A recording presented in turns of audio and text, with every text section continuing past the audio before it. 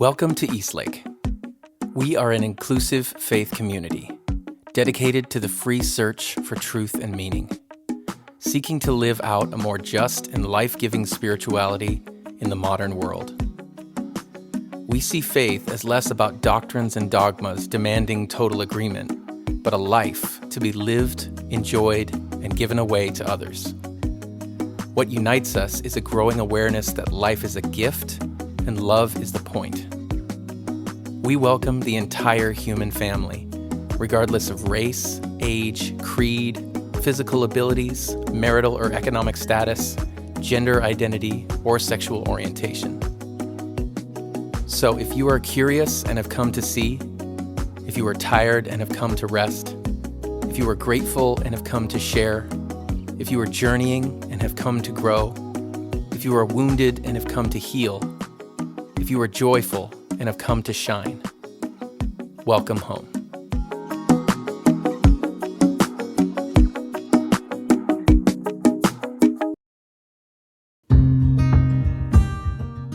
Today, we hear from Brit Barron as she continues our series, The Way I See It. Please check the description for links to our quarterly Spotify playlist and guided meditation.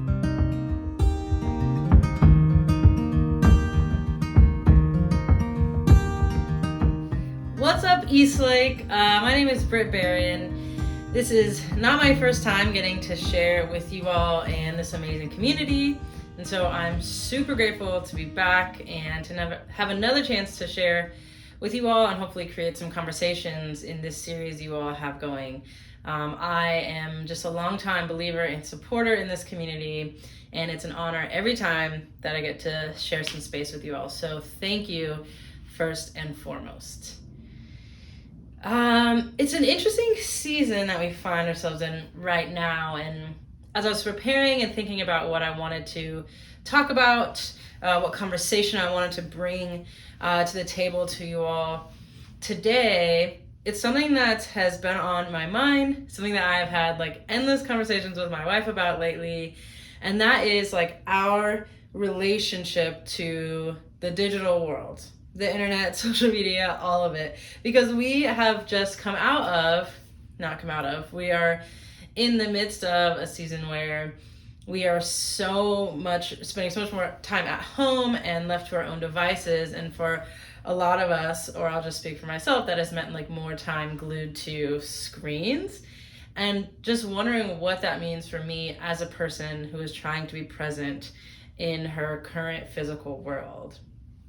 And so I just want to talk a little bit about that. One moment I had recently that sort of like woke me up to this idea was a little while ago, after we had this wild summer, and part of that summer was seeing some of our history of racism be uprooted and be put front and center, and seeing folks show up to the occasion to fight for change and advocate. And a lot of it was sparked, right? These things have been going on for a long time, but this sort of global like movement was sort of sparked by the murder of George Floyd, right? Like we all know. And actually this summer I got to share with you all again a little bit about my feelings on that and what was going on in the world. And so there's so many things surrounding that, and so many feelings, and so many, as like a Black woman in America, I had so many personal thoughts. And one thing that was so interesting to me is that the day that the verdict was going to be announced, there was a trial for George Floyd's murder, and the verdict was going to be announced, and everyone was sitting and waiting to hear what was going to happen. And then the verdict came back, and it was guilty. And I remember instantly, without even thinking, as soon as I heard that, I reached for my phone, I went to Instagram, I open it up, and then I like start typing something, but then I'm like, is this a good enough thing to write? And then I'm like, well, let me see what other people are saying. So then I'm going on, I'm reading like what these other people are saying, and I'm like, initially I felt relieved, and I felt like happy that verdict had come through, and it felt like a win. But then I'm reading these critiques saying like, don't get too comfortable, it's not a win, here's why. And then I'm like, okay, so I shouldn't feel happy. And then I go to another thing and it's like, oh, here's all the reasons you should celebrate. Don't let anyone tell you can't celebrate. And I'm like, so I should be happy? And, I was sort of in this world when I'm like, well, I really admire this person. And they said that. Well, I really trust this person. And finally I said, oh my gosh. And I had a moment where I broke down in complete tears. I was sitting on the couch with my wife, and I was like, I think I just wanted to cry on the couch with my wife. And I think not only were the emotions of what was happening in that moment going through my head, but also the reality that why was my first response to hear other people's voices? It was this moment that clicked for me about how far away I had gotten from myself and how easy it was to surround myself with so many other voices and to take those in as what I should be feeling, as the authority on my experience in life. And so I sort of really shook me up, and I was like, how has this happened? Because it felt so gradual, right? Specifically with social media. If you are anywhere, I'm 35 years old, so if you're anywhere around my age, we saw the full range of we didn't have it at all. And then at first, if you remember, social media was here's 96 pictures of me and my friends from the club on Friday night, into here's a very cool picture of my lunch that I had, into here's my political beliefs, and if you don't agree, you can get the F out, right? We have seen this whole range of experiences on here, and we have arrived at this place, and I'm not here to label it as good or bad, but I think one of the things that I want to get real curious with myself about in this season is how I have allowed other people's voices to take precedent over my own. Because I feel like that was a slow, small burn. But then I realized it had familiar roots. And so if you're like me, anything like me, I grew up in the evangelical church. And one of the things I feel that happened really early was this disconnection from self. Because, people are born bad, and you're trying to resist that, and your flesh is bad, and all of these things, and I'm a queer woman, so all these disassociations with myself. And I feel one of the things in therapy that I worked really hard to was distance myself from that narrative. I'm actually good, I was born good, a good person, and doing all that work with relation to religion, and not even realizing that the side character who was also doing the opposite work was the digital world. So I'm over here unpacking these religious things, trying to get down to me interacting with myself and my goodness, not realizing oh yeah, after I tackle that, there's another thing that's trying to keep me away from myself. Ultimately to realize at this point in my life, I would say the fundamental most important thing I am trying to do as a human in this world is be connected to myself. Because I do believe in the fact that humans are fundamentally born good, and at any moment have the opportunity to return to that goodness, but it takes extreme intention. And intention is what is very easy to slip away at our current time and place in history. My own intentions are sometimes the last things that have my attention. They're the last things I think about. I could go through an entire day just on autopilot with no intention. I get up, I reach for my phone, I scroll a little bit, I look at some pictures, I check the weather, I see how far it is my local coffee shop open, and how many minutes will take me to get there. I jump in the shower, I grab my dog, I feed my dog, I work, I could go through my whole day and never have a moment to truly check in with myself. And so it kind of startled me in a lot of ways, that moment when I was feeling something very deeply and went to see if it was okay. I was going to internet strangers to be is what I'm feeling okay? And it startled me into remembering one of my favorite practices from a time in my life where I felt I was very intentional, and that sort of fell by the wayside. Life got busy and it happens. But one of the things that I learned probably 10 years ago, because I'm not a good person at oh, I need to be more intentional, let me add a bunch of things to my life, right? And I was taught by someone the difference between practices and intentions being descriptive or being prescriptive. So prescriptive was what I was used to. Prescriptive said like, hey, I need to go out and I need to buy a journal. I need to start a yoga practice. I need to like add. What do I need to add to my life because I need to feel more present. I need to feel more grounded. I need more intention. So that means add something. And then descriptive was more, what rituals and rhythms do I already have in my life that I can reimagine in a more intentional way, that I can reimagine towards groundedness, right? And at first it felt like really odd that like making coffee or taking a shower could be this like intense spiritual practice. But that's what it became for me. Right? So instead of looking at my life and saying like, what did I need to add? I got to look at my life and say, what do I already do? What rituals, what rhythms are baked into my everyday? And can I make space to reimagine them for the goal of intention and groundedness?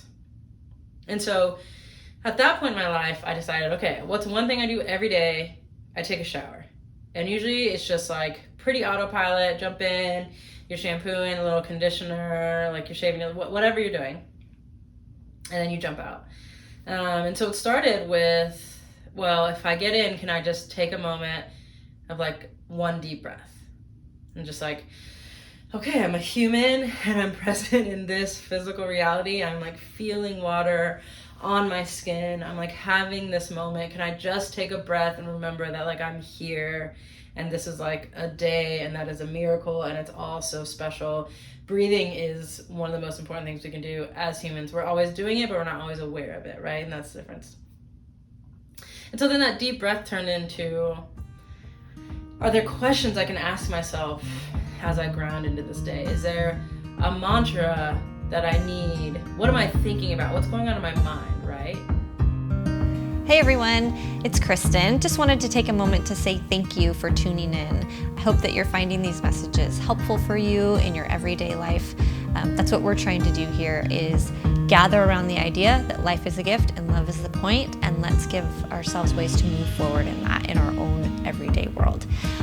So I wanted to take a moment to say thank you for being a part of this community. To those of you who have participated and given financially, we want to say thank you to you. Everything that we do here happens because people make contributions. People say, I value this place, I want it to exist for me and for other people, and so I'm going to support it. And so we just want to say how grateful we are that you do that. And for those of you who maybe haven't had a chance to contribute yet, we would ask you to consider maybe doing so. If you find this place beneficial, if you find these messages helpful for you, then consider joining us in that way.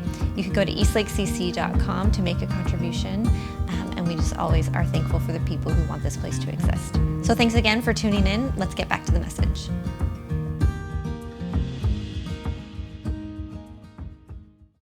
Without even realizing it, so much of my life recently has felt like I'm holding like 100 ping pong balls underwater all the time. Like I don't have a second to rest. Like if I'm not carrying the weight of my actual life, then I'm carrying the weight of what's going on in the world. And it's a beautiful thing to be so connected, but at the same time, we're carrying climate change and what's happening in Afghanistan and what's happening with racism in our own backyards, what's happening with our families, what's happening with this pandemic, what's happening to our neighborhoods, what's going on in school. And then you find out that like a neighborhood friend from like your childhood's, parent is sick, and all of this is, it's wonderful to be this connected, but at the same time, we are holding, I think, more than we are capable of holding.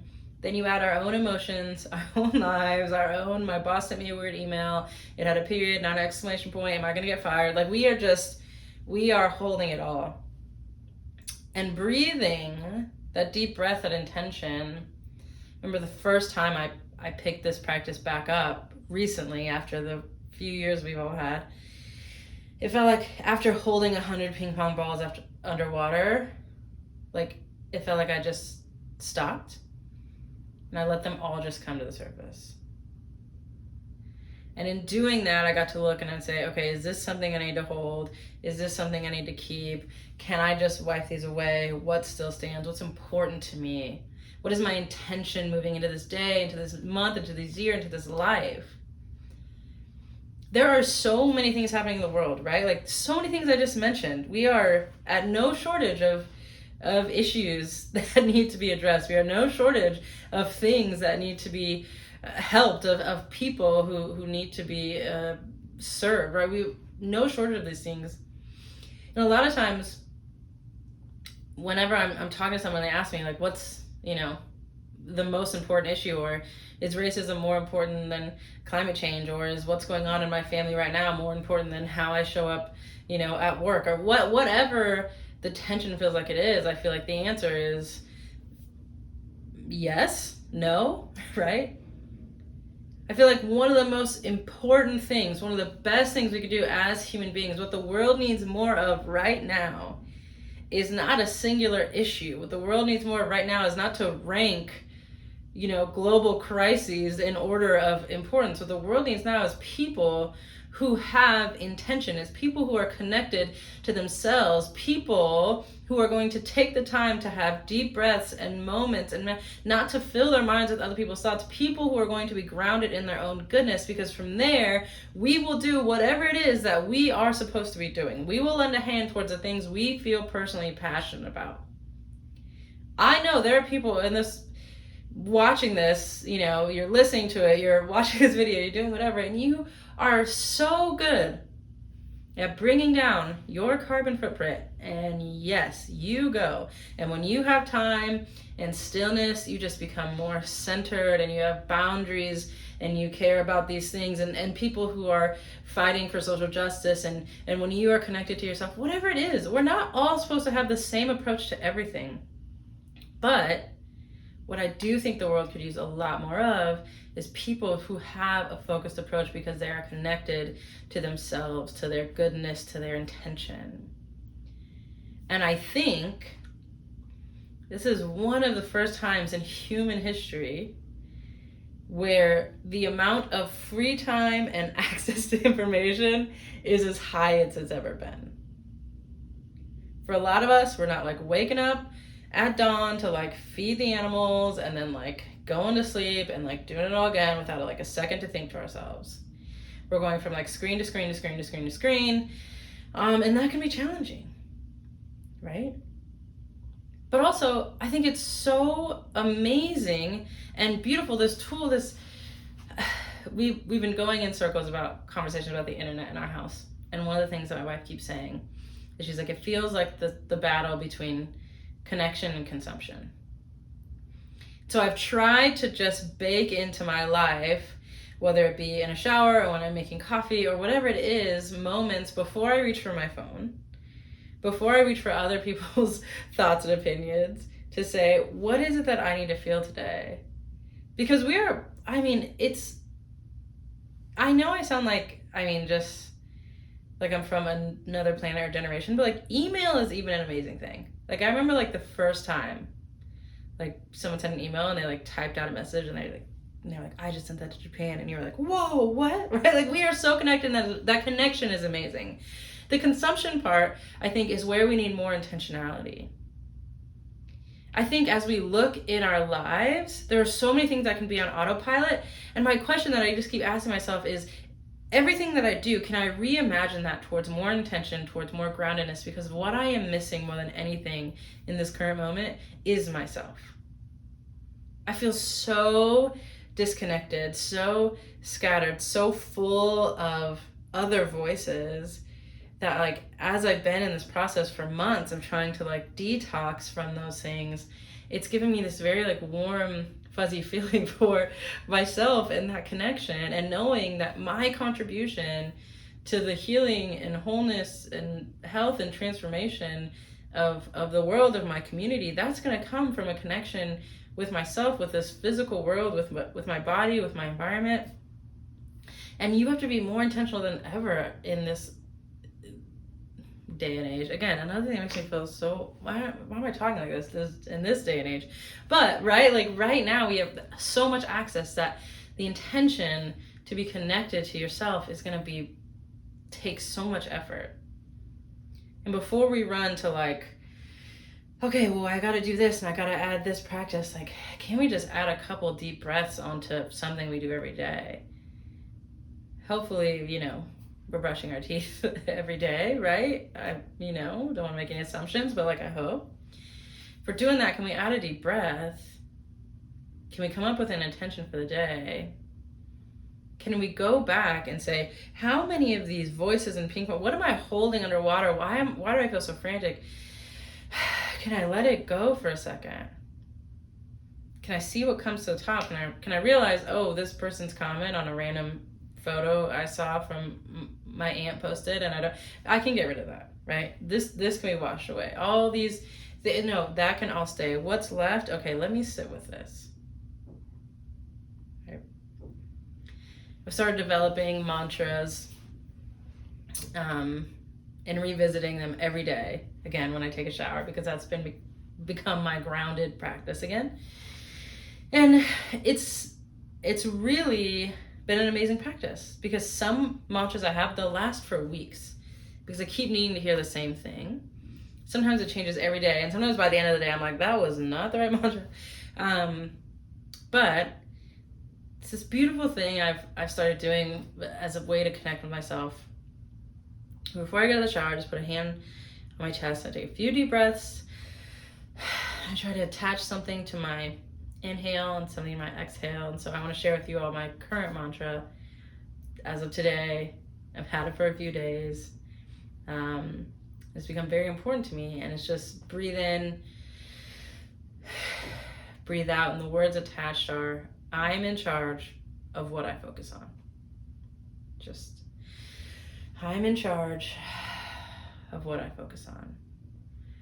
Because I'm almost in a place where I've needed to give myself permission to not care about every single thing that comes across my brainwave. I have needed to give myself permission to have some things that are certainly very important in a global scale, or important to people in my life, or quite honestly important to strangers on the internet that I care about, but to give myself the permission to let those down. To say every single thing that comes across the forefront of my mind is not urgent, and I am in charge of what I focus on. It's been fun, and it's almost been like a little spider web, because if I give myself permission to be in charge of what I focus on, then I get to ask myself questions like, well, what do I want to focus on, right? What's important to me? And it's all to the purpose of reconnecting. My assumption is a lot of us listening or watching might feel the same. We just I feel like this whole past 2 years was like when you have a shoe in the dryer and it's just so clunky and so I feel disheveled coming out of it all. And what I'm reaching for the most, which was what I hope a lot of us are reaching for the most, is myself.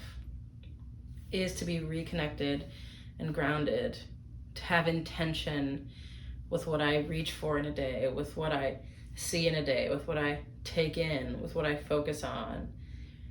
Because I think with the millions of things we have going on in the world that need attention, I think we have the people who are going to give it attention. We have the people who care about these things. We have the people who are ready to step in to these places. What we need to do is connect with ourselves. And when you do that, you realize my journey is not yours, is not yours, is not yours, is not yours. Yours is not mine, it's not theirs, it's not theirs, it's not theirs, right? We can sort of be free to be I'm in charge of what I focus on. And when I can get clear about that, here's what I am gonna do in the world, here's where I'm gonna go, and I want you to do the same. If I had a magic wand, I had the Elder Wand. Harry Potter didn't destroy it at the end. Oh my gosh, sorry if that's a spoiler, but also Harry Potter's been out for so long, so if you haven't seen it yet. But if I had the Elder Wand and I can just boop everyone on the head, I think the most phenomenal world I imagine living in, the most magical world I can imagine, is one where everyone is in touch with who they are. People trust themselves. People know themselves. Because we're good. Humans are fundamentally good. And at any point, we have the opportunity to return to that goodness. But we have to be in touch with ourselves to do that. We have to know ourselves. We have to trust ourselves. We have to get curious about every thought that we have. We have to chase it down the spider webs. And to do that, we have to let a lot of other voices go to the side. We have to just be listen, I know that Whoopi Goldberg cares a lot about this thing, but like right now I'm trying to like take a deep breath and set a mantra for the day, right? We have to like redo our value scale of information and people's voices, and we have to set ours at the highest priority. And I think some amazing things could come from that. So thank you all for spending time with me in this conversation. If I could offer anything at all, it would be just to find some space in your day, in your week, to connect with yourself, to take a deep breath, to find a mantra and intention, just anything, and start to get curious about who you are and what's important. There are freaking billions of voices that would love to have your attention. And I think one of the most radical things we can do is to give that attention back to ourselves. All right. Thanks.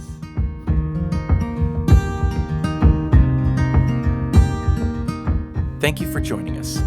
To make a donation, head to eastlakecc.com/donate.